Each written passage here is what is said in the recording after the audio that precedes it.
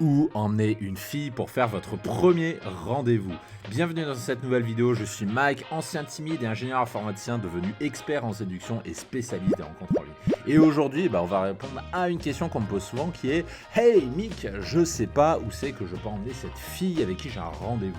Est-ce que je l'emmène au bar? Est-ce que je l'emmène au musée? Est-ce que je l'emmène dehors? Je ne sais pas. » Et écoutez, tonton Mac, donc en l'occurrence la personne qui est en train de vous parler, va vous raconter les meilleurs plans pour emmener une fille en rendez-vous. Je vais notamment vous donner 4 idées qui fonctionnent. Il n'y a pas besoin d'en avoir 1 million, il en suffit de 4 et je vous les donne dans cette vidéo.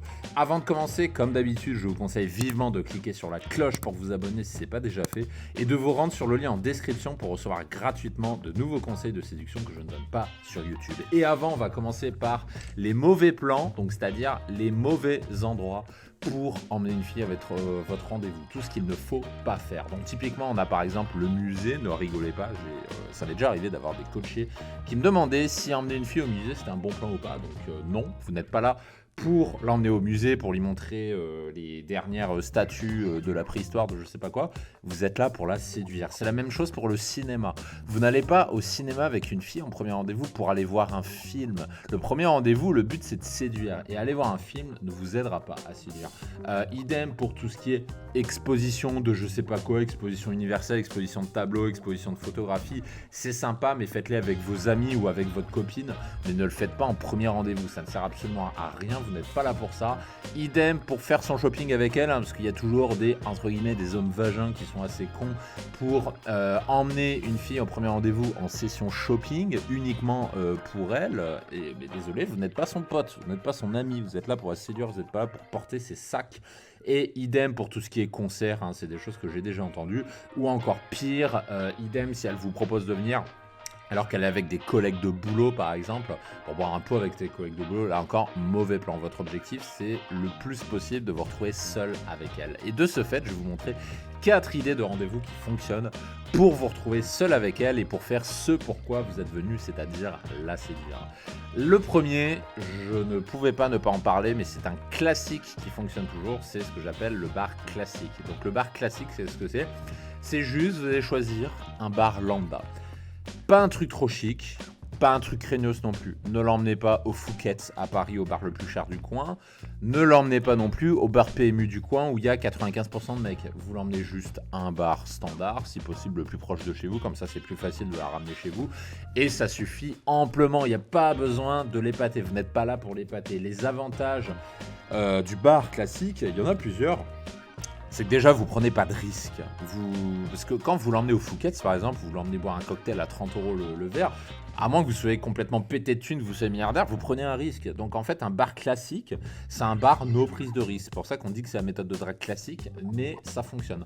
C'est aussi un lieu qui est accepté par 100% des femmes, c'est-à-dire quasiment aucune femme ne refusera de vous accompagner dans un environnement classique, qui est celui du bar, parce que c'est comme ça que ça se fait dans la tradition. C'est également bien pour votre portefeuille, ça va vous faire rigoler, mais c'est vrai, vous n'êtes pas là pour dépenser, pour l'épater, vous êtes là pour la séduire, vous êtes là pour passer un temps avec elle. Et le bar classique va vous aider à satisfaire cet objectif. Et aussi, c'est quelque chose qui fonctionne toute l'année, c'est-à-dire été comme hiver, vous pouvez l'emmener dans des bars classiques toute l'année, c'est ouvert toute l'année, à toutes les saisons, donc c'est un bon plan qui marche tout le temps. Par contre, il y a quelques inconvénients, évidemment, au bar classique, on va les voir ensemble. Le premier inconvénient, c'est que il ne faut pas y rester trop longtemps, parce que le bar classique, c'est quelque chose qui marche bien au début pour initier un contact, pour commencer à faire votre boulot de séduction. Par contre, n'y restez pas plus d'1 heure, parce que sinon, vous avez ce que j'appelle un risque d'encrassement, c'est-à-dire vous risquez de vous faire chier, vous risquez de tourner en rond, vous risquez de vous encrasser tout simplement, et de vous prendre après le fameux oui, c'était sympa, mais je préfère qu'on reste amis. Tout simplement parce qu'il n'y a pas d'excitation. Donc l'unique objectif du bar classique, c'est juste de faire connaissance et d'initier le processus de séduction. C'est juste ça. Ensuite, la deuxième chose, que c'est difficile à embrasser parce que dans un bar classique, c'est pas un cadre où vous allez lui rouler une pelle, typiquement. Donc pour l'embrasser, il va falloir bouger, il va falloir changer d'endroit, d'où l'importance de ne pas rester longtemps dans ce genre d'endroit. Et puis ensuite, la troisième chose, c'est que il y a aussi ce risque d'avoir un cadre trop conventionnel. C'est pour ça que je ne recommande pas d'y rester trop longtemps, parce que si vous y restez trop longtemps, ça va être un reproche, ça va être de dire ouais bon c'est un date comme tous les autres.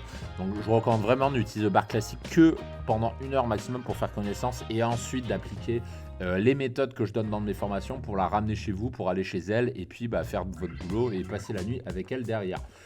Attention, je précise quand même, le bar classique, ce n'est pas une mauvaise idée, contrairement à ce qu'on pense. Que je sais que les hommes cherchent toujours l'idée la plus géniale, le truc le plus original pour emmener une fille en rendez-vous. Vous avez tout à fait le droit de faire le bar classique. C'est juste la voie traditionnelle, c'est la voie no prise de risque. C'est pas parce que vous l'emmenez dans un bar classique que ça ne marchera pas. C'est juste que c'est la voie où vous ne prenez pas de risque, vous jouez sur la valeur sûre, tout simplement. Maintenant, la deuxième idée qui est un peu plus prise de risque, mais pas trop, c'est la bouteille de vin au bord de l'eau dans un parc, tout simplement. Donc toute ville, quelle que soit votre ville, que vous habitiez à Paris ou à la campagne, vous avez forcément soit un bord d'eau, soit un parc près de chez vous. Donc là, c'est très facile. Vous utilisez le prétexte de la bouteille de vin pour aller ailleurs que dans un bar. C'est ce qui va vous permettre de la faire bouger et de changer d'endroit. Donc les quelques avantages à ça, le premier c'est évidemment le cadre qui est atypique, ça change, tout le monde ne fait pas ça à chacun des dates, donc ça vous permet de jouer un petit peu sur le côté original du date. La deuxième chose, c'est que c'est beaucoup plus facile d'embrasser et de la chauffer, parce qu'il y a moins de monde, parce que c'est plus atypique, parce que c'est moins stressant, parce que vous êtes dans un environnement entre guillemets naturel, et puis parce que généralement le cadre s'y prête. Donc c'est beaucoup plus simple de l'embrasser dans ces cas de figure. Donc là, contrairement au bar classique, vous pouvez y aller. Et puis enfin, c'est globalement, sauf si vous faites le date à 20h, vous partez à 21h, vous avez une meilleure intimité parce que généralement, on n'est pas serré comme des sardines. Même si vous faites votre date, par exemple, comme ici sur la photo, en bord de Seine, imaginons que vous vous retrouvez à 21h le soir, à 23h, en général, la plupart des gens sont partis. Donc vous allez retrouver intime, vous allez pouvoir vous serrer, vous allez pouvoir l'embrasser, commencer potentiellement même à faire des préliminaires, c'est des choses qui se font tout à fait. Maintenant, les quelques inconvénients de ce type de date.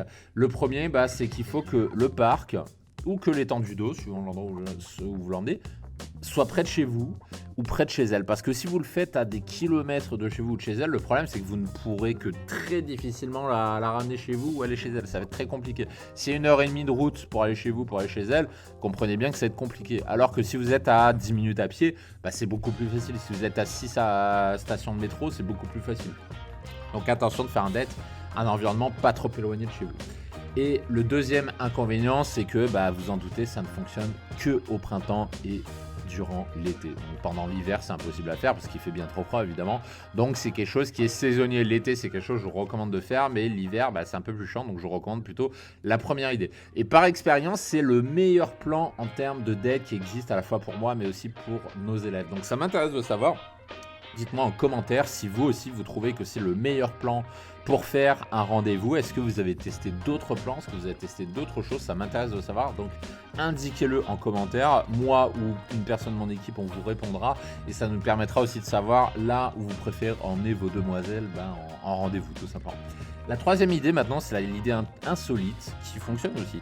C'est elle qui vous rejoint en soirée ou bien vous qui la rejoignez en soirée, tout simplement. Donc on imagine le cas de figure où vous êtes de sortie avec des amis, vous avez prévu de sortir, et vous l'invitez à vous rejoindre directement, tout simplement. Ou inversement, c'est-à-dire elle a prévu de sortir et vous essayez de vous incruster. L'inverse marche très bien aussi. Et l'idée, c'est qu'une fois arrivé sur les lieux, vous allez quitter vos amis, ou bien ses amis si c'est vous qui la rejoignez, et vous allez l'emmener pour faire votre date seul à seul. Par exemple, un date, j'avais fait comme ça une fois, c'était au Grand Boulevard, on était allé au Corcoran, j'avais rejoint, il y avait ses amis. Puis j'y suis arrivé, j'ai socialisé 5 minutes avec ses amis, et puis ensuite je suis allé voir ma cible et je suis de la rue, je lui ai dit on se prend un verre, on se met à une table et tout. Elle me dit ok, le monsieur, on va commander une bière, et puis on se met complètement de l'autre côté du bar, hors de vue de ses amis, ce qui m'a permis de dérouler mon game tranquillement. Et ça, c'est quelque chose que je vous recommande de faire. Donc les avantages de cette méthode, c'est que le cadre est fun, quelque part, c'est toujours marrant, ça sort un peu de l'ordinaire. Peu de mecs osent faire ça, c'est pour ça que ça marche. C'est quelque chose qui vous donne un détachement maximum aussi, parce que être capable de faire un date dans ce genre d'environnement, ça montre que vous êtes détaché quelque part. Ça vous permet également de faire du social proof, donc c'est-à-dire soit elle vous rejoint, donc vos amis vont pouvoir vous mettre en avant, ou bien vous la rejoignez elle et ce sont ses amis à elle qui vont vous mettre en avant. C'est évidemment vous assurer votre arrivée lors du date. L'autre avantage, c'est que c'est propice à l'alcool, parce que si vous la rejoignez en soirée machin, ou qu'elle vous rejoint en soirée, c'est propice au fait de boire. Et vous le savez, l'alcool, on dira ce qu'on voudra, mais l'alcool est un préliminaire au fait de baiser. La grosse majorité des filles qui s'apprêtent à coucher avec un mec boivent un ou plusieurs verres avant. C'est la tradition, ça se fait comme ça. C'est pour ça d'ailleurs qu'on dit souvent qu'une fille qui ne boit jamais, qui boit pas d'alcool, alors soit elle ne boit jamais d'alcool, ce qui peut arriver, ou bien elle boit pas d'alcool avec vous, ce qui veut dire dans la grosse majorité des cas qu'elle n'a pas forcément envie de baiser avec vous. C'est ça aussi que ça veut dire. L'autre avantage, c'est que c'est plus facile de terminer la soirée ensemble, parce que vous allez boire, vous allez passer un bon moment, vous allez vous embrasser, et puis logiquement, la suite logique, c'est de dire écoute, viens, on va terminer la soirée ensemble. C'est quelque chose qui marche très très bien. Maintenant, il y a quelques inconvénients à ce type de date. Le premier, c'est que vous allez devoir soit partir, quitter vos amis, si c'est elle qui vous rejoint, et vous allez devoir l'assumer, ou bien c'est elle qui va devoir quitter ses amis. Donc il y a aussi ça, donc ça veut dire que ça demande d'être un petit peu sûr de vous, ça demande un peu de preuve sociale, puisque vous allez devoir discuter avec vos amis, machin, pour faire passer le truc, et vous allez devoir assurer socialement parlant. Ensuite, le deuxième inconvénient, c'est que si ça se passe mal, il y a un risque qu'elle ne vous le dise pas directement, qu'elle dise « Ah, viens, on retourne avec mes amis, etc. » Et malheureusement, si vous n'êtes pas au courant quand il se passe ça, vous allez penser que vous avez encore vos chances, alors qu'en fait, c'est tout simplement mort, et vous pouvez potentiellement gâcher votre soirée à cause de ça. Donc c'est un peu l'inconvénient de ce type de date. Et ce mode de rencontre, par contre, c'est quelque chose qui vous place directement dans le top 3 des rencarts les plus originaux. Parce qu'encore une fois, il y a très très très peu de mecs qui osent faire ça. Donc vous marquez des points vraiment les mecs quand vous faites ça. Les gars, je vous encourage vraiment à le faire. C'est un peu de prise de risque, mais ça fonctionne très très bien.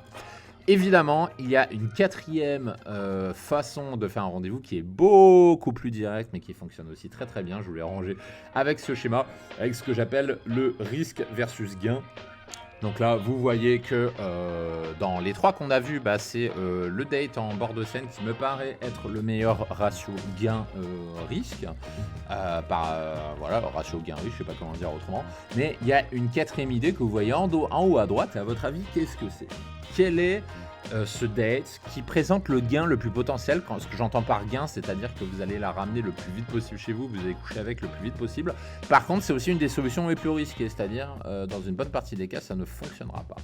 À votre avis, qu'est-ce que c'est? Si vous voulez savoir ce que c'est, je vous donne rendez-vous dans la méthode complète disponible en description de cette vidéo. C'est gratuit, vous pouvez y accéder gratuitement, ne vous inquiétez pas. Il vous suffit de cliquer dessus, de vous inscrire et je vous dévoile cette quatrième idée de date. Et dans ce bonus auquel vous avez accédé gratuitement, je vous proposerai également une méthode complète, la méthode complète que j'applique depuis 11 ans, pour aller plus loin et pour cartonner, pour réussir dans vos rendez-vous si vous avez en tout cas cette ambition.